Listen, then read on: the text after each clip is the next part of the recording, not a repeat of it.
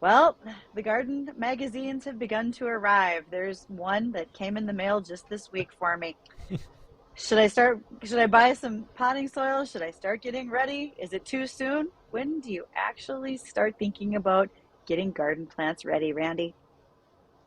Well, it's going to depend on what you're growing, but it is certainly not too soon. Um, Again, there's been a push for gardening the past few years. So if you haven't ordered your garden seed yet, I would get that done real soon. You're certainly not late to the game by any means, but if you have favorite varieties, keep in mind some of those could be sold out already. If you are growing geraniums or if you happen to be growing onions from seeds, those can actually be planted already. In fact, I planted mine just a couple of days ago. So again, there are plants that we can go ahead and start right now. And then coming up in a couple more weeks will be time to start looking at planting your peppers and petunias if you're going to be growing those from seed as well. Yeah, I got Well, a. considering how often Justin and I are in competition for our garden stuff, I should start mine tomorrow just so my plants are bigger than Justin's right now. That ain't gonna help you.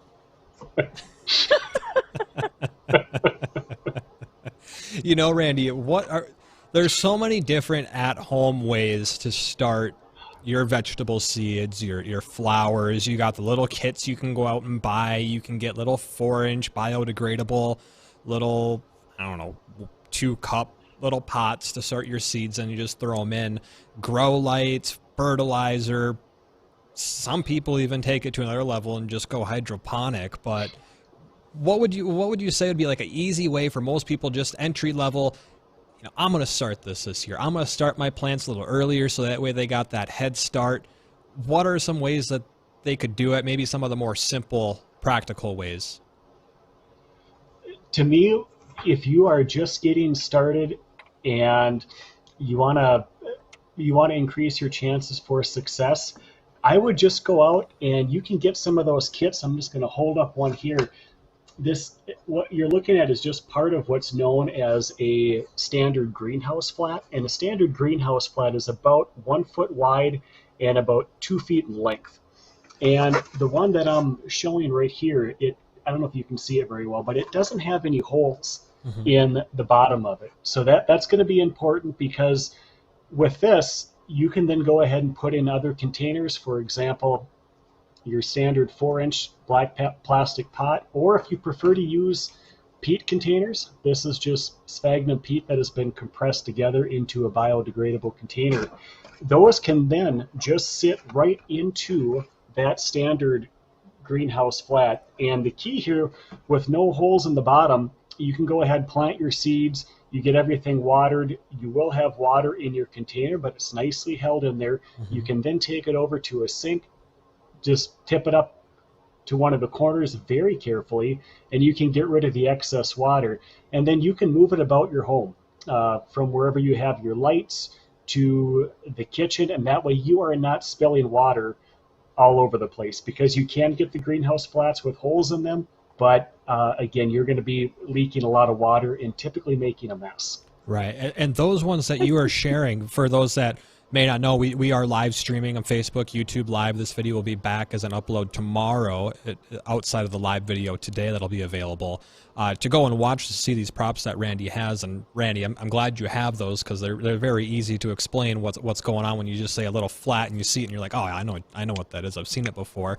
But those range, there's a large variety in those little containers, the little 2 by 1 foot flats. You get the little ones. There's ones that have inserts that you fill up with dirt. There's little dirt pellets that you add water to and they expand. And I've even seen the ones where they have like a whole separate bottom that goes in there, and it's almost like a rug, and you fill the bottom up with water. The water goes up on the rug, and then you put your dirt pods on top of it, and the water lifts up into it. Is there any advantage to using something like that, or are all of these going to just be valid ways to do it, just however much money you really want to throw at it? They all should be pretty similar, just like what you said, Justin. Kind of depends on how much you want to spend. The ones that I was showing work well, and that greenhouse flat you had mentioned, you can get inserts for that, and those inserts can be varying sizes from, usually you're going to have about 12 individual, or I should say 12 packs, but each of those packs are going to have a different number of individual holes or cells to plant into. Maybe it's going to be a 4 or 6 pack. And it kind of depends on what plant you're growing. Tomatoes, maybe you want to be looking at seeding those into a 4 pack. You're going to have a little bit bigger opening, so it means you got more soil. Your plant can get a little bit bigger. The pellets that you had mentioned, they work well too. They're kind of cool if you're brand new to seed starting, or maybe you have children that are going to be involved. Mm-hmm. Basically, those are compressed peat pellets that have a netting around them. And then once you put them into the container, you slowly add water. As that water moves into and is absorbed into that peat moss, those then start to expand. And then you will have this little container that is full of peat. Usually there's a hole in top, and you can seed right into that. And again, Mm-hmm. all of those are going to work well. Like you had mentioned, kind of depends on how much you want to spend. Another thing I would keep in mind is that some people will reuse their containers year after year, which is fine. If you do that, you will want to sanitize those. Usually it's 9 parts water to 1 part bleach, or maybe you're going to do a little bit higher rate of bleach, and then you're going to soak them, scrub them well, and then usually soak them for at least 30 minutes, then let them dry. I found that it's far easier just to get brand new flats, brand new inserts every year, and then use a purchased potting soil. That way I don't have to worry about potentially harboring any disease from year to year. Right. And they come with these little flats. And by the way, those little ones you were just talking about, the little peat moss inserts that you put water in and they expand to be, I don't know, a couple inches tall. Absolutely love that. Love the concept. But I've done it for so many years now that I've found it just way more convenient just to skip the little dirt pod and just throw the seeds right into like a little 3-4 inch container, because then I don't have to transplant them in 6 weeks. But those flats, Exactly. they come with a plastic cover, almost like a greenhouse effect, that it keeps the warmth in there. How long should you leave that cover on top of them after, say, they start to emerge, and what's the importance of removing that plastic cover once your plants do start to kind of break their way out after a point? Just like you had mentioned, Justin, it does act like a little bit of like a greenhouse in there. So you certainly are keeping in a little extra heat, but you're also keeping in humidity as those plants are growing, and you're going to have transpiration, water loss through those leaves, and then also you're going to have some evaporation from the soil. So what you'll notice on those domes is that they do a great job keeping in that moisture, and then they tend to Mm-hmm. build up a little bit with water. And there's certainly no harm with leaving that on for a little while after they have germinated, but I would keep a close eye on just how much moisture is building up in there, because sometimes that foliage can remain wet for long periods of time, which is kind of asking for disease to start to develop. So usually once they start to germinate and emerge, I would then slowly take that dome and maybe kind of set it off to the side a little bit so you can get some air movement in there. Once everything is emerged, I typically will take those off. An alternative to using the domes, if you want, for example, I don't use any domes just because I don't like going through at the end of the season and trying to sanitize everything, Mm-hmm. and I don't want to buy new ones every year. I just use plastic wrap, and I will lay that right over the top of my containers. And then as those seeds begin to germinate and emerge and they touch the plastic, I just start moving that plastic off. That's a great idea. I actually hadn't even thought about just throwing a little plastic wrap on it, but same concept, right? Well, Randy, we're going to hit bottom of the hour. I know I've kind of stole you from Bridget, so I'm going to let her get in on some of her questions that she has, but let Bridget get a few of her questions in when we come back. I got a few more that are going to involve around, when your plants do get to a growing point, if you're using grow lights, well, believe it or not, there's actually a schedule that you should give your plants the right amount of light, and it changes as we get through the year. So we'll touch that and then a few other things and get a little closer to when you put them in the ground when we come back. So stay tuned. Randy's answering all of our questions as we start looking forward to spring. I know we just had a blizzard, but the first day of spring is coming in March. It's getting that much closer every day. And teachers are starting to do all those little kid projects where they're planting seeds in the classroom. I have seen seeds come home planted in eggshells. Now, I realize eggs today are worth their own pot of gold. You pretty much get them in an armored car. But should you be using the eggshell, Randy? Is that a viable method to start your plants, those little tiny seedlings? Bridget, that's a great question. I have heard of people doing it. I've seen people start them in egg cartons. I've not seen it done in eggshells, but if you wanted to, I don't see anything wrong with that. Just keep in mind, though, the plant that you are starting in there, since most eggs are not that large, you don't have a very large volume of soil. So I would be a little bit concerned about that plant becoming root bound, depending on how long you're going to keep it in there. It could be the case where you start it in there, it's going to grow for a few weeks, and then maybe you're going to have to transplant that to a different container. Although I think it would be a great conversation piece if you have people over. If you have plants growing out of eggshells, that just sounds kind of cool. Well, I crush up eggshells and use them when I plant my tomatoes to help prevent blossom end rot so that they get additional calcium. Hey, why not? Here's another way to experiment. Let's switch gears just a little bit before Justin gets into some garden questions.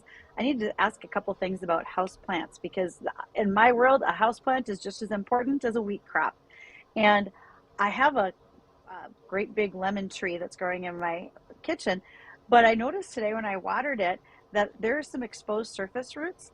I realized that I probably need to add some soil to that pot. Can I just dump it on top? Or is there any special technique I should use to try to cover up those roots and get some more soil in the pot? In a case like that, I think you would be fine to put some soil right on top. I suggest just trying to get a soil mix that is similar to what you have, and then go ahead and cover it by half inch or an inch, and then just try to lightly water that in so it's not, because that new soil on top without any roots in there, it's going to be moving around a bit. So kind of lightly water that in, and I think you'd be fine. Well, one more from me, Randy, and we had a great question from a listener wondering if you bring a lot of perennials inside during the winter months. I know I do as well. Like we're talking several dozen plants. Does that actually help with the oxygen CO2 cycle in your home? We've always heard as little kids in science, those are great air quality filters. Any thoughts to that? They are. And, when those plants are brought inside, given sunlight, we know they're photosynthesizing. Even if they're not growing, we know they're respiring. And if they're still living, in order for them to respire, they still have to be photosynthesizing, producing photosynthate, which can then be used during respiration. And as our days tend to get a little bit longer, more photosynthate is produced through photosynthesis. Those plants then start to grow. But during that whole time, we know carbon dioxide is being taken in through the stomata of that plant, as well as oxygen being released as a byproduct through the stomata. So every houseplant, in theory, should be able to, help purify the air in terms of taking out some carbon dioxide and then putting in more oxygen. That's a good answer. I was kind of wondering that too because I've always heard that, but I didn't know if it was actually necessarily true. Now I want to get back onto when we left off before the break. We were talking about the different flats that you can use for planting your seeds before, in winter, early spring, before you put them outside. And once they start to emerge out of the ground, and this isn't something everyone needs to do. I'm sure just sticking them in a sunny window would be fine, but I use grow lights on my plants, give them a little extra energy. But it's not there's an optimal amount of light that these plants should be getting, and it kind of changes throughout the year as you get closer to putting them in the ground. And I don't know if you know the exact number on hand, Randy, but from something I remember reading, it was like 16 hours of sunlight on these grow lights, and then they sit in like 6 hours of darkness. Is that true? For grow lights, usually the standard recommendation for your seedlings, you're going to have them on for 16 hours, and then you'd have them off for 8 hours. I know some people, they might actually have them on for a longer period of time, but generally speaking, 16 hours should be good. That's actually what I use to grow geraniums, petunias, and we do tomatoes and peppers as well. And we've done it for a few years, and they seem to respond quite well to just being on for 16 hours. And these plants aren't getting much for supplemental sunlight. There is a window in the room, but it's a north-facing window about 10 feet away. So again, not much sunlight coming through. So the 16 hours, I think, would be fine. If you're fortunate enough to have a really good maybe east or even southern exposure where you have a lot of sunlight that is coming in, it's possible you could get by actually growing your seedlings on a window ledge. But in most cases, I think people are going to have some supplemental lighting, either using just a cool white fluorescent light, or what I like to use now are LEDs, since they've come down in price, where it's a little more feasible to purchase a 4-foot LED bulb, and gosh, they could even be less than a dozen eggs now, which was not the case a few years ago. We've used the fluorescent tubes, and we're switching to the LED because, like you mentioned, they're getting cheaper, and it's still a little bit of money, but it's nothing unreasonable, and especially if you do a big garden, you do a lot, it's definitely worth it. Is there any recommendations when it comes to using a grow light? Because you can find them from $20 to, I think I saw one for like $180 for some full spectrum special light. Is there any real difference between these?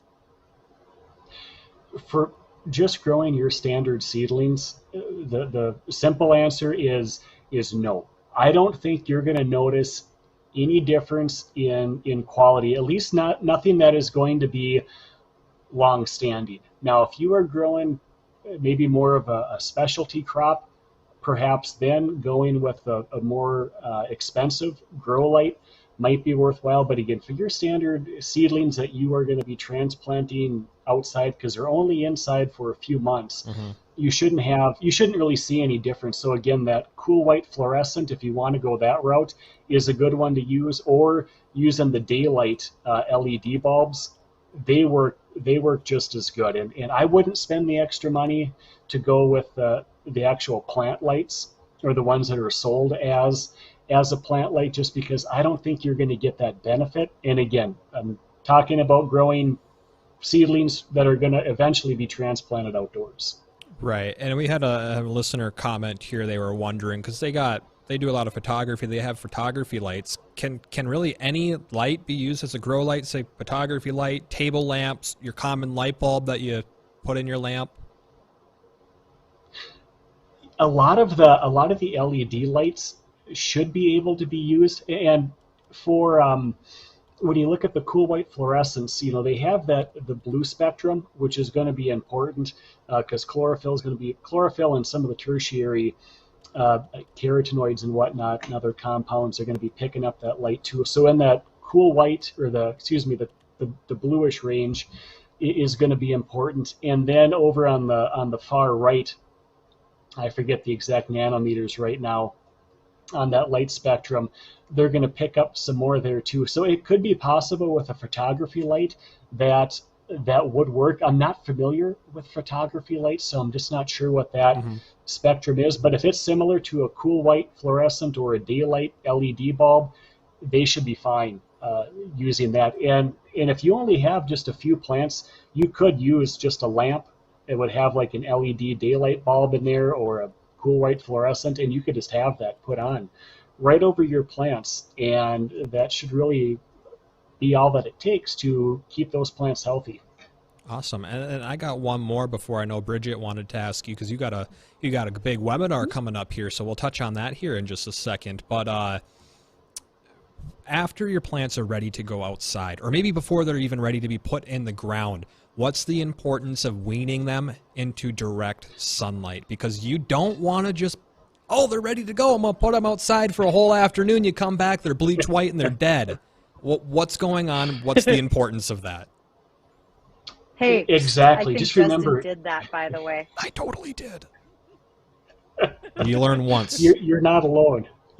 Well, exactly. So it turned out bad, but talk about something you're never going to forget, and you won't do it again. My babies but were you're dead, going man. from Right. You're going from an indoor environment where, you don't have direct sunlight and you have very little wind.